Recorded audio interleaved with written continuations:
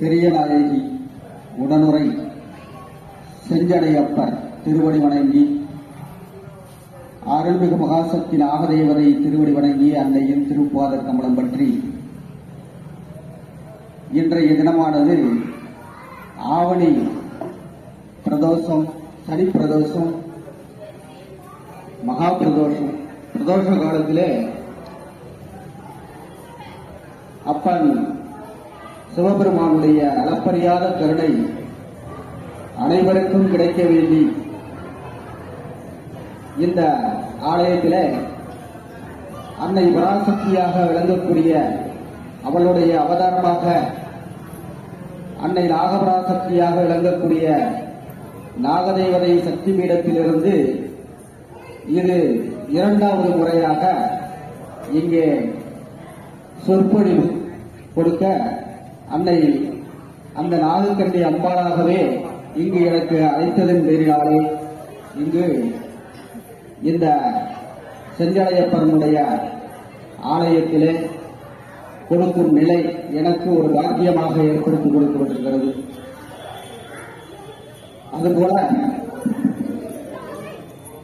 திருப்பனந்தாள், இந்த திருப்பனந்தாளிலே வாழக்கூடிய மக்களுக்கு எல்லா வளமும் நலமும் கொடுக்கின்ற வகையிலே அருணகிரேஸ்வரர் ஆலயத்திலிருந்து, தேவஸ்தானத்திலிருந்து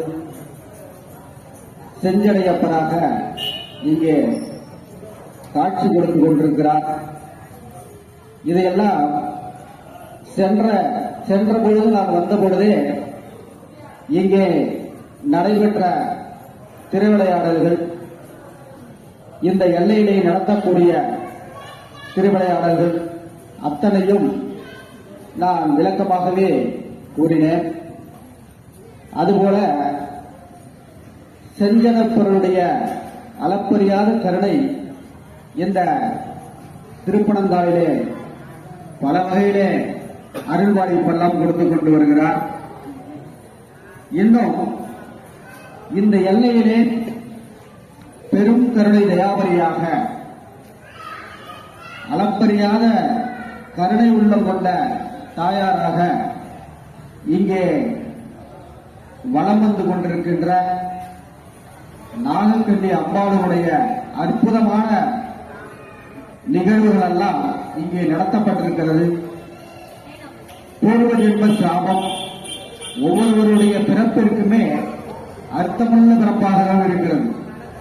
யாருமே காரணம் இல்லாமல் படைக்கப்படவில்லை. அப்போ தன்னுடைய பிறவி முற்பிறவி கர்மாக்கள் இருக்கின்றதனாலேதான் அதை இந்த பிறவியிலே அதை போக்கிவிட்டு நல்வழிப்படுத்தி சாபங்கள் எல்லாம் நீக்கப்பட்டு நல்லதொரு வளமான வாழ்வை வாழ வேண்டும் என்பதற்காக தான் இந்த பிறவி கொடுக்கப்பட்டிருக்கிறது. இந்த சாபம் என்பது பூர்வ ஜென்ம சாபம். அதனாலே முற்பிறவியே ஏற்படுத்தப்பட்ட கர்மாவாகப்பட்டது, தீய கர்மாவாகப்பட்டது. ஒருவருடைய வாழ்க்கையில முற்பாதியிலே துன்பமான காலங்கள் இருந்தாலும் பிற்பாதியிலே அவர்களுக்கு சுகமான காலங்கள் எல்லாம் எல்லா வளமும் கிடைக்கின்ற பலனெல்லாம் கொடுக்கப்பட்டுதான் ஒரு மனிதனுடைய பிறவி கொடுக்கப்படுகிறது. அப்போ அதுபோன்ற சாப நிவர்த்திகள் எல்லாம் கொடுக்கின்ற ஆலயங்களிலே ஒன்று இந்த செஞ்சடையப்பர் ஆலயம். அப்போ இந்த ஆலயத்தினுடைய சிறப்பு நாகக்கண்ணி அம்பாளுக்கு சாப நிவர்த்தி, நாகதேவதையாக இருந்த நாகக்கண்ணி அம்பாளுக்கே சாப நிவர்த்தி கொடுக்கப்பட்ட ஆலயம் இந்த செஞ்சடையப்பர் ஆலயம். அப்போ பெண்களுக்கான அந்த நாகக்கண்ணி நாகதேவதையுடைய சாபம் ஏற்படுத்தப்பட்டிருக்கிறது என்று சொன்னால், இந்த ஆலயத்திலே பிரதானமாக பெண்களுக்கு ஏற்படுத்தப்பட்ட நாகதோஷமானது நீக்கக்கூடிய ஆலயம். அதுபோல நாகக்கண்ணி தீர்த்தத்திலே அங்கு அவர்களாலே அங்கு தீர்த்தம் எடுத்துக்கொண்டு செய்யக்கூடிய சில பரிகாரங்கள் அந்த கால வேளையில் தவறாமல் அந்த பரிகாரங்களை எடுத்துக்கொள்ளும் பொழுது அவர்களுக்கான சாப நிவர்த்தி அங்கே கிடைக்கின்ற ஒரு நல்ல ஒரு வாய்ப்பை இந்த செஞ்சடையப்பர் ஆலயத்திலே கொடுக்கப்பட்டிருக்கிறது. அதுபோல இந்த திருப்பனந்தாள் ஒரு அற்புதமான ஸ்தலம். இந்த ஸ்தலத்தினுடைய வரலாறெல்லாம் அளப்பறியாத கருணை கொடுக்கக்கூடிய பெரிய நாயகி தாயாரினுடைய அனுகிரகம் எல்லாருக்கும் கிடைக்க வேண்டும். அதுபோல நமது சக்தி பீடத்திலிருந்து எனக்கு இங்க இரண்டாவது முறையாக அந்த ஈர்ப்பு ஏற்படுவதற்கான காரணம் மகாசக்தி நாகதேவதையுடைய சக்தி பீடத்தினுடைய பீடாதிபதியாக அங்கே இருக்கின்ற பொழுது இந்த திருப்பனந்தாள் ஆலயத்திலிருந்து இந்த நாகக்கண்ணியருடைய அந்த அருள்பாலிப்பு அந்த கருணை எல்லாம் எப்படி இருக்கிறது என்பதை எல்லாம் அந்த பீடத்திலிருந்து நான் கவனித்து இந்த ஆலயத்தில் வரக்கூடிய ஈர்ப்பை எனக்கு கொடுக்கப்பட்டது. அன்னை பராசக்தி நாகதேவதை சக்தி பீடத்திலே எடுக்கப்பட்டுள்ள தலையங்கமானது இந்த பிரபஞ்சத்திலே கலியுகத்திலே மனிதனுடைய நிலைப்பாடு, மனிதனுடைய நிலை எப்படி இருக்கிறது, கலியுகத்தினுடைய உச்சத்திற்கு வந்திருக்கிறது. இது போன்று எத்தனையோ யுகமாக கடந்து வந்தாலும், இன்று எத்தனையோ காலங்களை கடந்து வந்தாலும் மனிதன் மட்டுமல்ல அனைத்துமே எந்திர வாழ்க்கையாக சுற்றி வருகின்ற நிலை. ஏன்னா தான் எங்கு செல்கிறோம், எந்த நிலையில் இருக்கின்றோம், தன்னுடைய பிறப்பினுடைய நோக்கம் என்ன, நம்மளால் இந்த லோகத்திற்கு என்ன செய்ய வேண்டும், லோகத்திலே நாம் பயன்பெற வேண்டியது என்ன இருக்கிறது, இது போன்றெல்லாம் தன்னை தானே அறிய முடியாத அளவிற்கு எந்திர வாழ்க்கையாக போய்கொண்டிருக்கிறது. அது மனிதன் பேர் தவறல்ல, காலம் அப்படி மாறிக்கொண்டு வருகிறது. ஏன்னா தன்னுடைய நலம், பிறர்களுடைய நலம், இது ரெண்டுமே தன்னுடைய நலம் மற்றும் பிறவியினுடைய நோக்கம் என்ன, நாம் எதற்கு பிறந்திருக்கிறோம், நாம் யாருக்கெல்லாம் என்ன செய்ய முடியும், இறைவனுக்கு என்ன செய்ய முடியும், இறைவன் நமக்கு எப்படி அனுகிரகம் செய்கிறான் அப்படின்ட்டுலாம் உன்னுடைய பிறப்பினுடைய நோக்கத்தை அங்கே ஆழமாக பதிப்பது, அதை தேடும் முயற்சியில் ஈடுபடுவது, அதிலே ஒரு உனக்கான யூகத்தை அமைப்பது இல்லையா? தூய ஆன்மாவிலே யூகத்தை அமைத்து அங்கே உன்னுடைய வாழ்க்கையினுடைய அத்தியாயத்தை தேடும் பொழுது ஆழ்மனதிலே அங்கே இறைவன் குடியிருக்கிறான். அவனுடைய அதிர்வலைகள் இருக்கிறது இல்லையா, அது உனக்கு உணர்த்தும். அதுதான் இறைவனின் குரல், தெய்வத்தின் குரல். அந்த நோக்கத்திலே தான் கொடுக்கப்பட்டது. அது சத்திய வழியிலே தேடுகின்ற பொழுதுதான் அந்த நிலை ஏற்படும். ஒவ்வொரு மனதிலும் உண்டு. பிறக்கின்ற பொழுது எல்லா குழந்தையும் நல்ல குழந்தைதான். வளர வளர அதனுடைய கர்ம தீய முற்பிறவி முற்ஜென்மா அதனுடைய கர்மாவானது தீய கர்மாவாக இருந்தால், தெரிந்தோ தெரியாமலோ அறிந்தோ அறியாமலோ செய்த பாவ செயல்கள் பாவ வினைகளாகப்பட்டது, அதை தீர்க்க வேண்டும் என்பதற்காக தான் அடுத்த பிறவி கொடுக்கப்படுகிறது. அப்படி ஒரு பிறவி கொடுக்கும்போது என்ன பண்றா, அதை அறியாத மனிதனா இருக்கிறவன் என்ன பண்றான்னா, இப்பிறவிலேயே அந்த ஒரு பாவத்தை சேர்த்துட்டு மறுபடியும் இறைவன் முன்னாடி தான் போய் நிற்கிறான். எவ்வளவு தூரம் சுத்தினாலும் சரிதான் இல்ல, இறுதி கட்டத்தில் இறைவன் முன்னாடி போய் தீர்ப்புக்கு நின்றுதான் ஆகணும்.